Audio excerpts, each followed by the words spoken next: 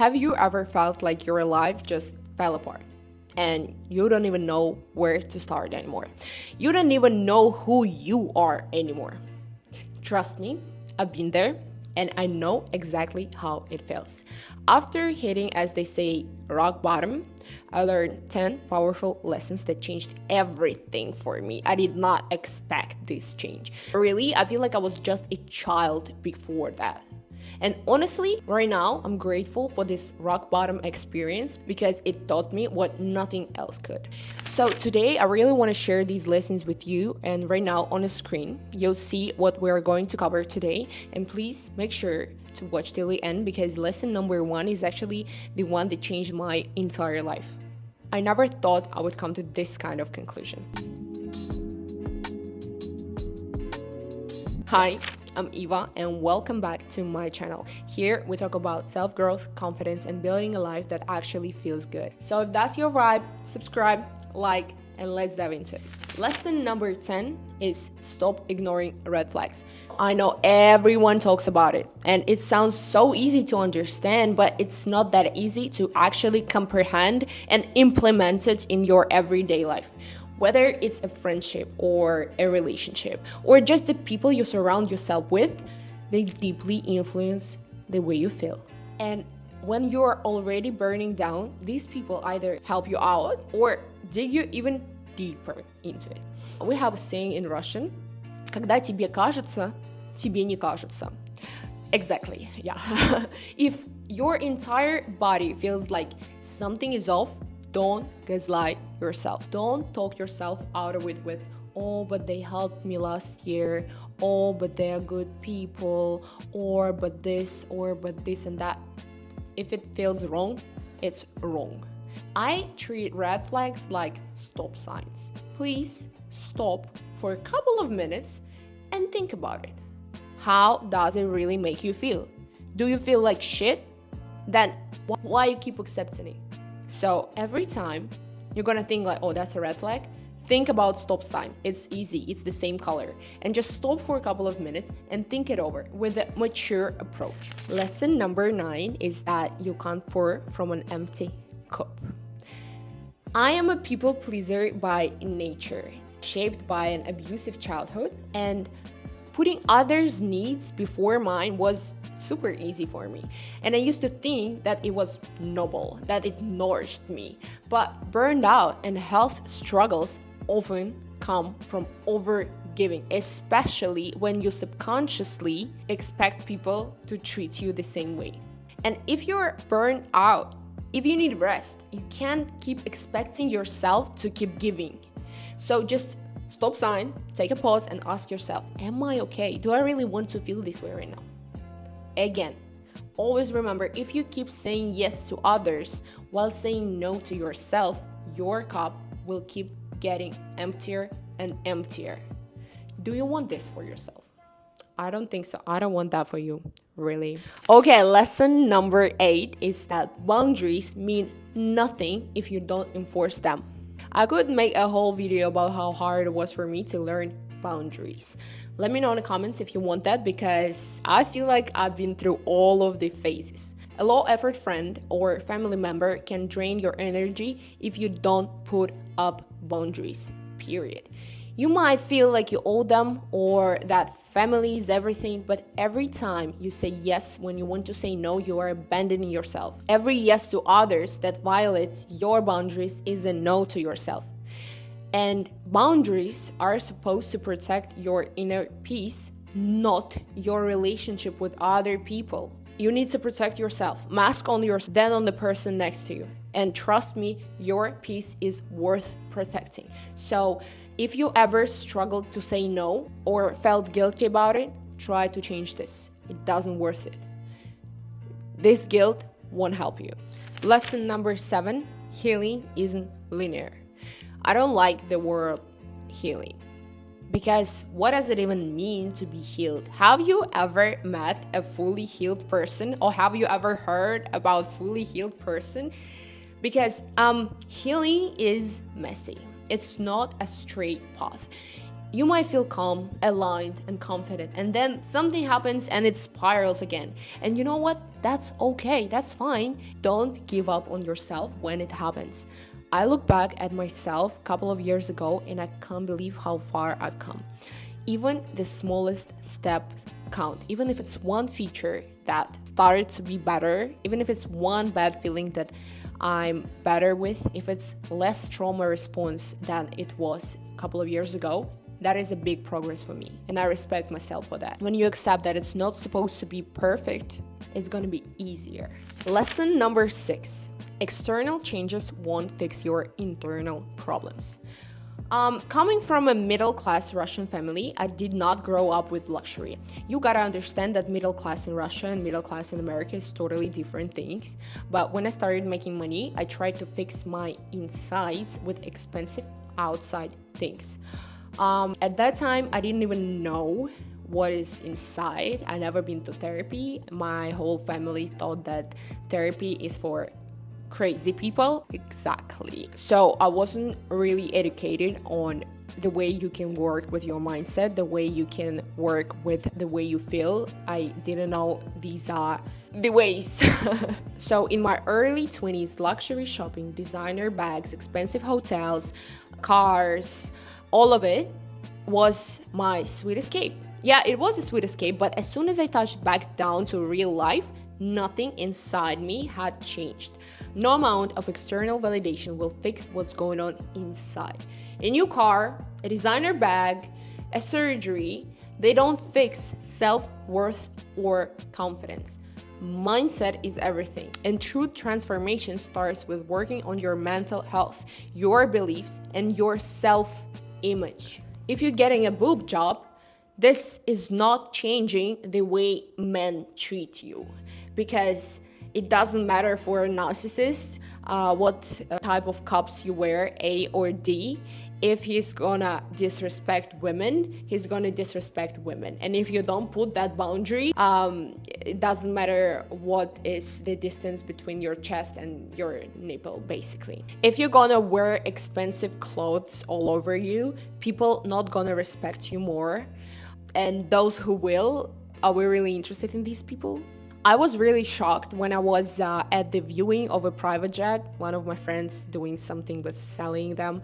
And the person who owns a private jet came to the airport, to the private airport in old Toyota Prius.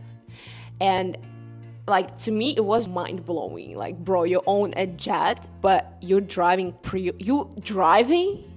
You driving Toyota Prius? Because in my mindset, it was like, if you have money gonna scream. You gotta show everyone that you are wealthy. Otherwise, they're not gonna respect you. And after this situation, I'm like, you're that rich, you don't even give a fork about what people think.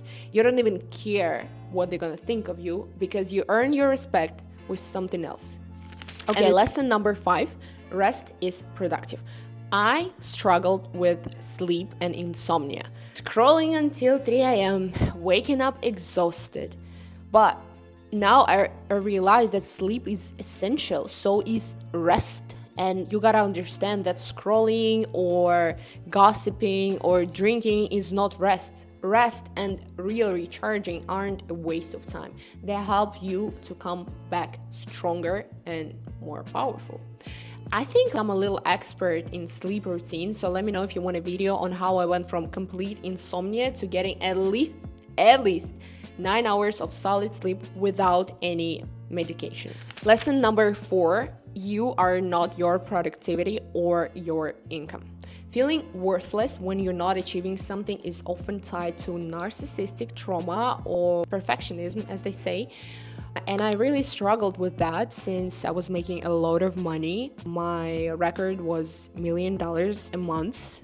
Yeah, and when you don't earn that much money as you used to, you feel like, oh, I'm worthless. Like, what am I doing? Like, what is wrong with me? But what I understood is that I'm not my income.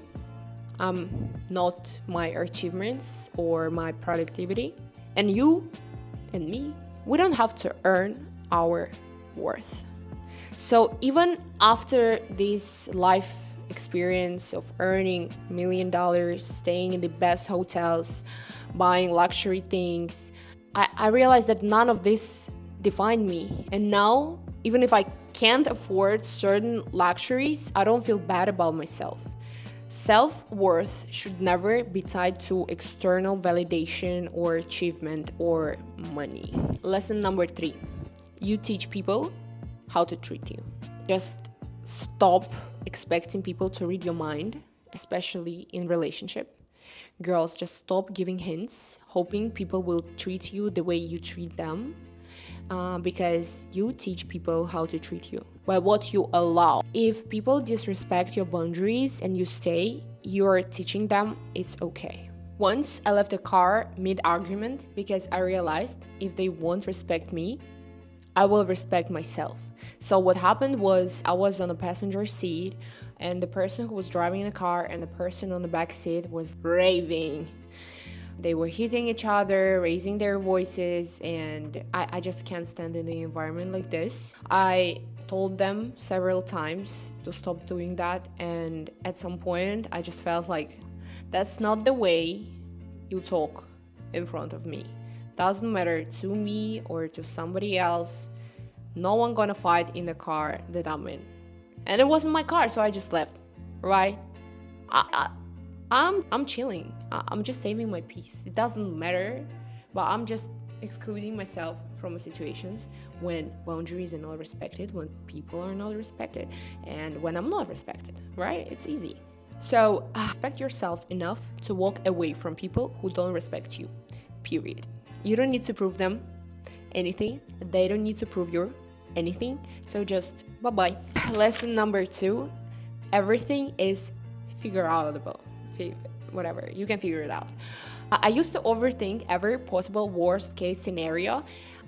This is a mindset passed down by my parents, because my dad would always say expect the best outcome but be ready for the worst outcome. So I spent a lot of energy for this worst outcome. I've been thinking it over. My thoughts were on the worst outcome. So it's like you expect you're gonna get an A grade, but you're getting ready to get the worst grade possible, right? And you already think about the consequences, that you're not going to be successful in life, that you're not going to enter any kind of university, that you're going to be jobless and worthless and everything. And whoa, it all started with just one grade, right?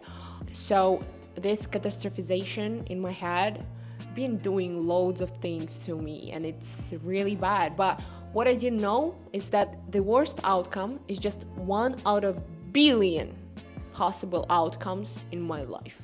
So I can't get ready for the worst because I don't even know if this worst gonna happen. It might be way worse, but probably it's gonna be a little better, right? And even if it seems like something bad at the moment, I can figure it out. Whatever comes, I can figure it out. I trust myself enough to understand that whatever comes my way, I'll deal with that. And worrying about the worst case scenario is energy wasted on something that may never even happen. Instead, trust that whatever happens, you will figure it out. Feel your emotions, but move toward solutions and blessings that comes with each outcome. Trust yourself, because I know you are capable of figuring things out, always. And lesson number 1. Hitting rock bottom can be the best thing that happens to you. And as soon as you realize that, you're gonna feel the ground. And you're gonna start building this foundation that you always needed. Hitting rock bottom can be your turning point. It can be the start of your inner glow up, your mindset shift, stronger relationship, healthier friendship, and more love in your life. Some things can be fixed, and that's okay. But sometimes you need to let go of what's rotting to make space for something better and for something healthier that's not contagious to all of the areas of your life. So please ask yourself, what are you gonna do now? What is your first step? Maybe it's accepting something that happened. Maybe it's saying no to something you don't want to do, maybe even if you agreed already. Maybe it's finally letting go of a relationship that's draining you. And remember, rock bottom is not the end. It's just the foundation for a stronger you. And as I always say, everything starts with a small step. And let me know in the comments which of these lessons hit home for you. And if this video helped you, please let me know. Like, subscribe to my channel, and share it with someone who really needs to hear that. It also helps the YouTube algorithm recommend this video to more people, and it supports me in creating more videos like this for you guys. Thank you for watching, but that's it for now, and see you in the next one. Bye!